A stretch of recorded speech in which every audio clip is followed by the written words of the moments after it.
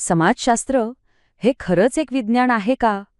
हा एक असा प्रश्न आहे जो समाजशास्त्राच्या सुरुवातीपासूनच विचारला जातोय.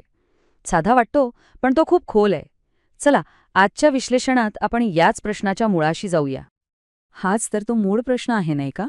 म्हणजे बघा, ज्या अचूकतेने आपण ग्रह, ताऱ्यांचा किंवा अगदी आपल्या शरीरातल्या पेशींचा अभ्यास करतो, त्याच अचूकतेने मानवी समाजाचा अभ्यास करणं शक्य आहे का? याच प्रश्नामुळे ही सगळी चर्चा सुरू झाली.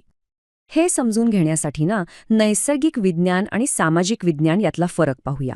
नैसर्गिक विज्ञान म्हणजे कसं? सगळं वस्तुनिष्ठ, म्हणजे फॅक्ट्सवर आधारित. गोष्टी मोजता येतात, त्यांचे अंदाज बांधता येतात. पण सामाजिक विज्ञान ते मानवी अनुभवांबद्दल आहे, जे खूप गुंतागुंतीचं आणि व्यक्तिनिष्ठ असतं. प्रत्येकाचा अनुभव वेगळा असतो. चला तर मग या कथेच्या पहिल्या भागात जाऊया. समाजशास्त्राचा जन्म कसा झाला आणि समाजासाठी एक परिपूर्ण विज्ञान बनवण्याचं ते मोठं स्वप्न काय होतं ते पाहूया. हे समजून घेण्यासाठी थोडं इतिहासात डोकावूया. त्या काळात भौतिकशास्त्राने प्रचंड प्रगती केली होती.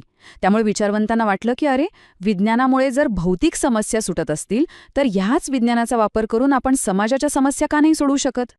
आणि याच विचारातून एक संकल्पना पुढे आली, ती म्हणजे पॉझिटिव्हिझम. ऑगस्ट कॉम्टसारख्या विचारवंतांनी ही संकल्पना मांडली. त्यांचं म्हणणं होतं की जसे निसर्गाचे नियम आहेत तसे समाजाचेही काही वैश्विक नियम असले पाहिजेत आणि ते आपण शोधू शकतो. मग ही वैज्ञानिक पद्धत नेमकी होती तरी काय? अगदी सोपी. पहिली पायरी निरीक्षण करा, डेटा गोळा करा. दुसरी पायरी प्रयोग करा, कारण आणि परिणाम तपासा. आणि तिसरी पायरी जे काही निष्कर्ष निघतील त्यांची पुन्हा पुन्हा पडताळणी करा. आणि गंमत सांगू का, ऑगस्ट कॉम्टने या नवीन शास्त्राला सुरुवातीला समाजशास्त्राचं नाव दिलंच नव्हतं. त्यांनी त्याला नाव दिलं होतं सोशल फिजिक्स, म्हणजे सामाजिक भौतिकशास्त्र. या नावावरूनच त्यांची इच्छा कळते, त्यांना या शास्त्राला भौतिकशास्त्रासारखं अचूक बनवायचं होतं. तर हे होतं सोशल फिजिक्सचं स्वप्न. सुरुवातीचे समाजशास्त्रज्ञ अगदी ठामपणे सांगत होते की त्यांचं क्षेत्र हे एक कठोर आणि अचूक विज्ञान होऊ शकतं. पण मग एक साधा प्रश्न समोर येतो, जो या सोशल फिजिक्सच्या स्वप्नावरच प्रश्नचिन्ह निर्माण करतो. आपण खरंच समाजाला एका प्रयोगशाळेतल्या टेस्ट्यूबसारखं तपासू शकतो का? आणि इथेच या चर्चेला एक वेगळं वळण मिळतं. इमॅन्युएल कांटसारख्या तत्त्वज्ञानांनी सांगितलं की माणसं म्हणजे काही प्रयोगशाळेतली रसायनं नाहीयेत. आपल्याकडे चेतना आहे, विचार करण्याची क्षमता आहे, आपल्या प्रत्येक कृतीमागे काहीतरी हेतू असतो. म्हणजे बघा, इथे वास्तवाकडे बघण्याचे दोन वेगवेगळे दृष्टिकोन आहेत. एक दृष्टिकोन म्हणतो की वास्तव हे एकच आहे, जे सगळ्यांसाठी सारखं आहे. तर दुसरा दृष्टिकोन म्हणतो की नाही, आपण सगळेजण आपापल्या अनुभवांनुसार स्वतःचं वास्तव तयार करतो. आणि दुसरा फरक आहे ज्ञान मिळवण्याच्या पद्धतीबद्दल. काही जण म्हणतात की जे आपण डोळ्यांनी पाहतो, कानांनी ऐकतो, तेच खरं ज्ञान आहे.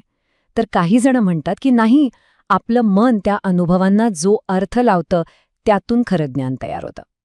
थोडक्यात सांगायचं झालं तर या विचारांमुळे समाजशास्त्रात दोन गट पडले. एक गट पॉझिटिव्हिस्ट, जे वस्तुनिष्ठ तथ्यांवर जोर देतात, आणि दुसरा गट नॉन पॉझिटिव्हिस्ट, जे व्यक्तिनिष्ठ अर्थांना जास्त महत्त्व देतात. बरं, या सगळ्या तात्विक गप्पांचा प्रत्यक्षात काय फरक पडतो? एका समाजशास्त्रज्ञाच्या रोजच्या कामावर याचा काय परिणाम होतो ते बघूया. तर जे पॉझिटिव्हिस्ट होते त्यांचं एक मोठं ध्येय होतं. ते म्हणायचे की संशोधन करताना वस्तुनिष्ठ तथ्य आणि संशोधकाची वैयक्तिक मतं किंवा मूल्य यांना पूर्णपणे वेगळं ठेवलं पाहिजे. म्हणजे संशोधन 100% व्हॅल्यू फ्री असायला हवं. पण दुसरीकडे नॉन पॉझिटिव्हिस्ट गटाचं म्हणणं थोडं वेगळं आणि खरं तर जास्त व्यावहारिक होतं. ते म्हणायचे की असं 100% मूल्यमुक्त होणं शक्यच नाही. महत्वाचं हे आहे की संशोधकाने आपल्या मतांची आणि पूर्वग्रहांची जाणीव ठेवावी आणि त्यांचा संशोधनावर कमीत कमी परिणाम होऊ द्यावा. हे बघा, इथे आपल्याला दोन्ही दृष्टिकोनांमधला फरक अगदी स्पष्ट दिसतोय. एका बाजूला आहे वस्तुनिष्ठतेचं ध्येय, जिथे तथ्य आणि मूल्य पूर्णपणे वेगळी मानली जातात.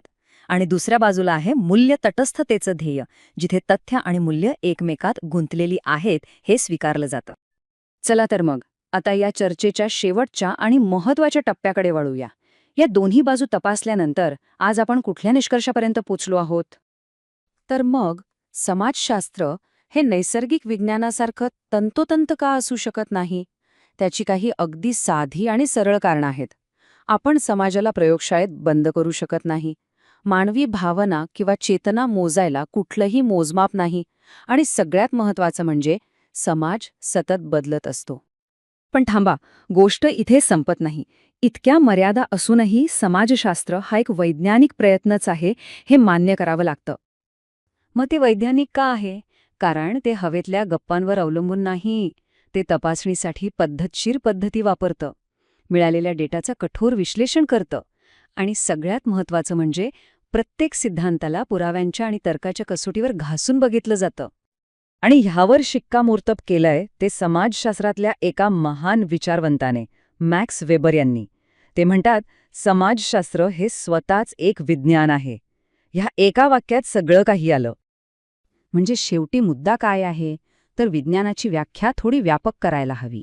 विज्ञान म्हणजे फक्त टेस्ट ट्यूब किंवा प्रयोगशाळा नाही. विज्ञान म्हणजे चिकित्सक वृत्ती, सत्य शोधण्याची एक तळमळ. आणि या अर्थाने समाजशास्त्र नक्कीच एक विज्ञान आहे. आणि जाता जाता एक विचार नक्कीच करायला हवा. जर आपला अभ्यासाचा विषय म्हणजे समाज हाच सतत बदलत असेल, तर त्याबद्दलचं वैज्ञानिक सत्य किती काळ टिकू शकतं यावर विचार करायला नक्कीच हरकत नाही.